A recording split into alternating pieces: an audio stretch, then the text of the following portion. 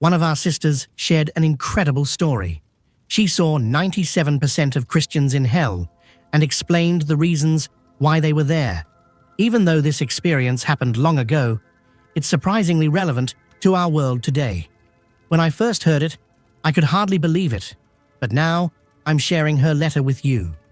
Hi, I'm Dorothy. This all happened to me on a cool evening in 1982. I'd just left the movies with my boyfriend. We'd gone to see E.T., I think. We were strolling under the streetlights, completely unaware of what was about to happen. We started to cross the street. Out of nowhere, I noticed a motorcycle speeding toward us. I tried to move to the right, but it was like my legs were frozen. My boyfriend panicked and managed to jump out of the way, but I wasn't so lucky. I felt the impact, and in an instant, I understood what it meant to lose your life. The roar of the engine, my body hitting the ground, my heartbeat slowing down, it all became distant echoes. Then, darkness. Silence wrapped around me. My eyes closed, but I was still somehow there, like my mind hadn't gone anywhere.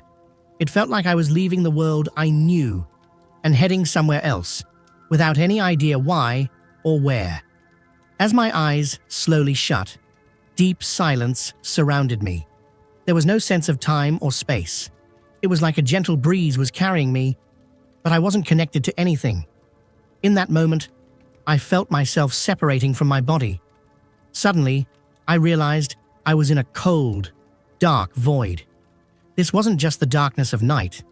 It was a silence that felt like it was eating away at me, a vast, bottomless emptiness, where everything familiar had vanished.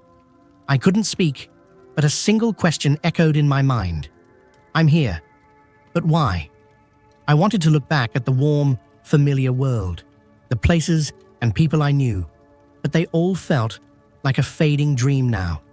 As the darkness grew, a faint light appeared in the distance. It felt strangely familiar, yet also foreign. I was being drawn toward it, but no matter how close I got, I couldn't quite reach it. Just then, a presence filled the void around me, like a voice without words. I knew I was on some kind of journey, but where it would take me, I had no idea. The world I knew was completely behind me now. As I was pulled toward that distant light, I began to see shadowy figures taking shape around me. At first, they were just vague shapes, but as I looked closer, their faces became clear. They looked filled with pain, regret, and sorrow. Some of them even had a trace of hope, though it looked broken and worn out. To my shock, I realized even priests were among them.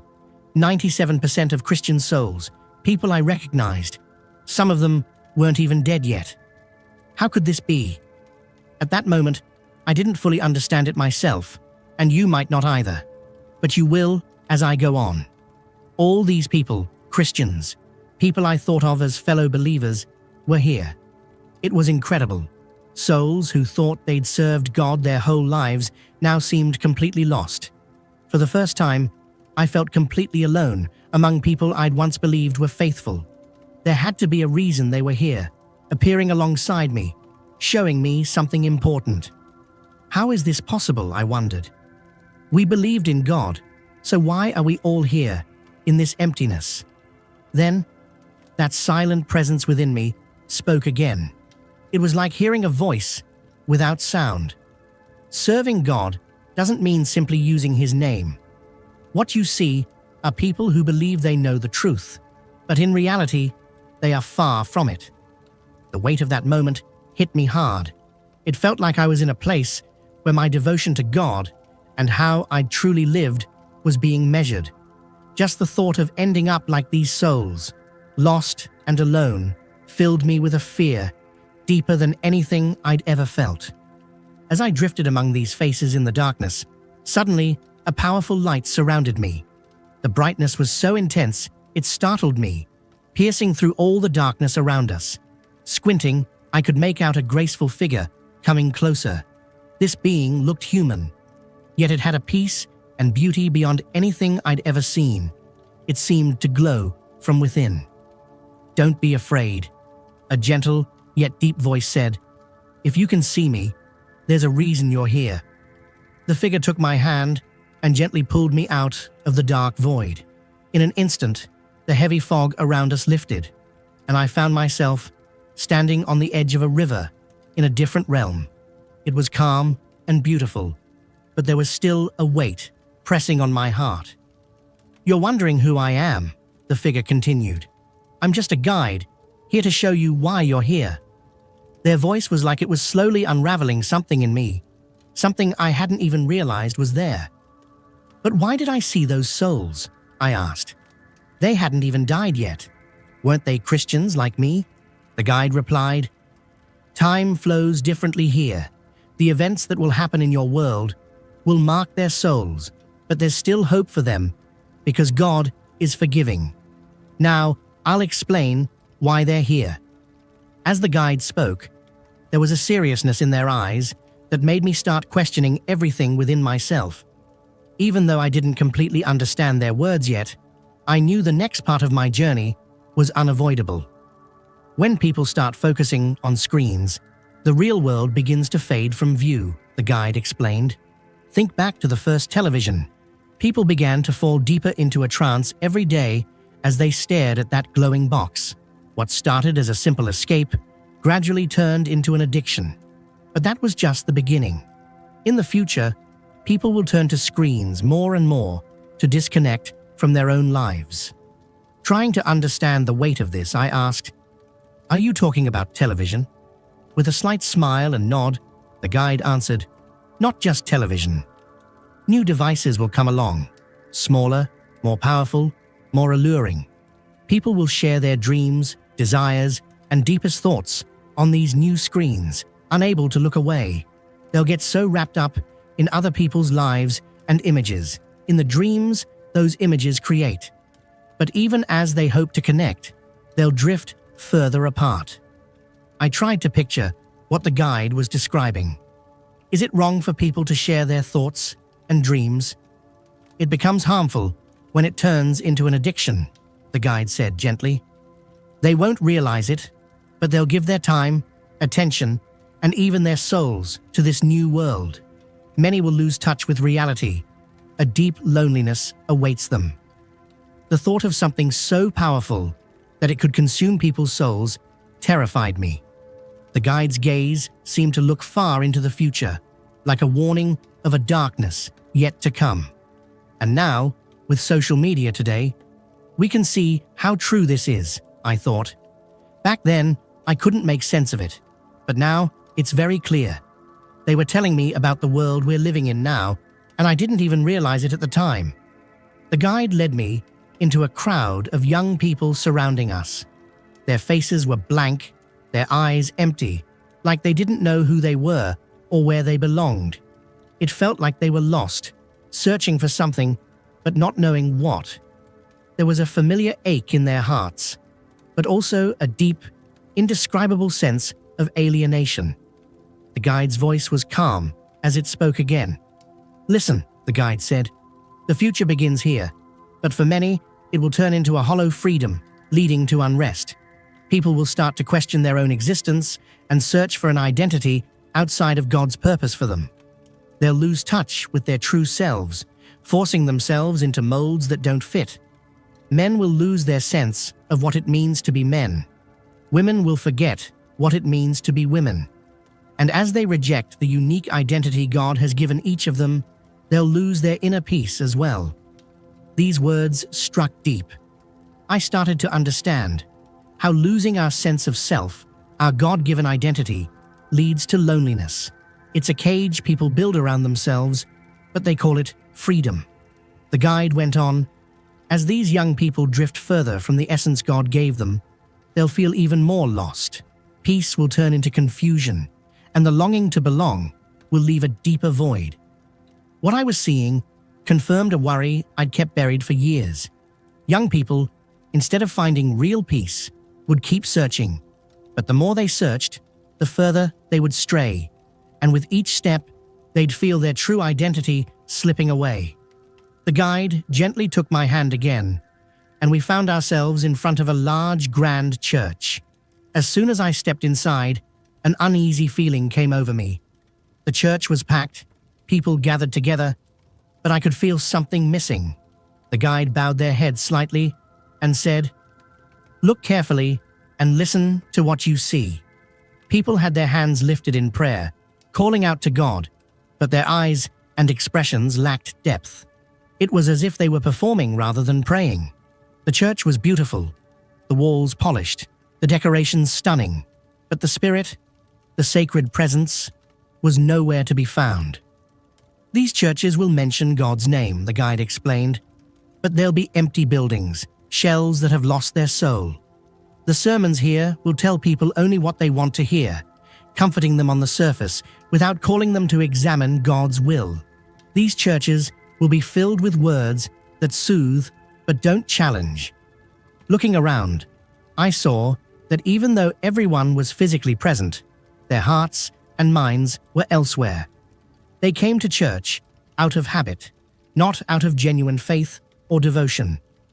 The guide spoke again. "In the future, people will believe they've found themselves in these places, but in reality, they'll drift even further away. Worship won't connect them to God anymore. It'll become just another social activity, a routine they follow without meaning. While they think they're glorifying God, they're actually only glorifying their own comfort." I left the church feeling shaken, wondering about the faith of a society that could end up this way. Each step I took echoed the guide's words in my heart. In a world where true faith and devotion have vanished, what's left of worship when it's empty? But this wasn't the end of the vision. Up to this point, the guide had shown me things that were already happening, but now they were about to reveal what was still to come. Then the guide took my arm and led me to a darker, more unfamiliar place. Suddenly, images I'd never seen before began flashing in front of me. Things that didn't exist in the world I knew, but felt like they could become real at any moment. It was like watching bursts of light fill the darkness, showing me scenes that took my breath away. Everything was chaotic. There were digital screens everywhere, complicated systems, and a force controlling people. They weren't connecting with each other anymore. Instead, they interacted with faces inside metal boxes and artificial beings on screens.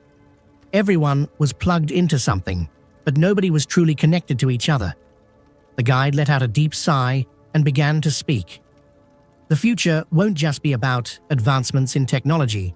It will also be a world where people surrender their very souls to it. Artificial intelligence and other tools will arise, promising to improve everything. But in reality, they'll steal people's wills, thoughts, and even their hearts.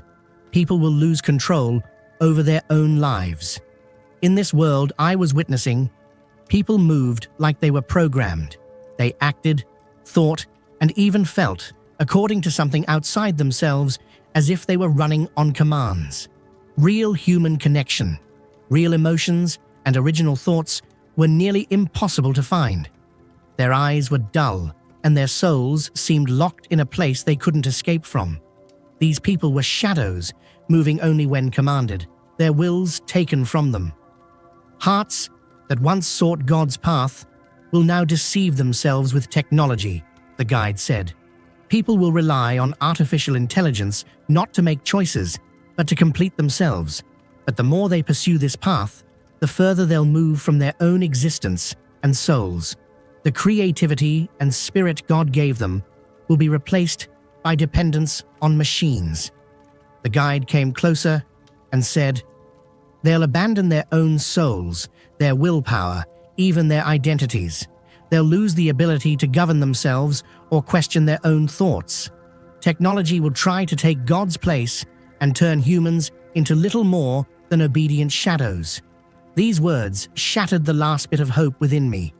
The gift of free will that God gave humanity was turning into a chain, and people were willingly giving themselves over to the control of machines, like they were agreeing to an invisible prison. The guide gave me one final warning. Free will is the greatest gift God has given to humanity.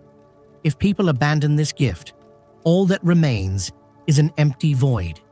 Seeing the fear and confusion on my face, the guide approached, placing a gentle hand on my shoulder. Their voice resonated deeply within me. "Don't be afraid," the guide said.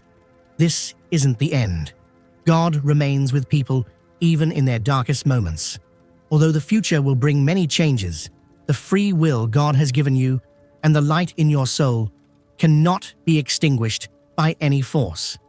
Looking into my eyes, the guide continued, "In every age, people face tough challenges, but the strength God has placed in them has never abandoned them. Even in the hardest times, those who hold onto hope and faith are a light in this world. Remember, you are part of that light. As long as there are people who believe in God and have the courage to walk His path, the world will never be fully lost to darkness."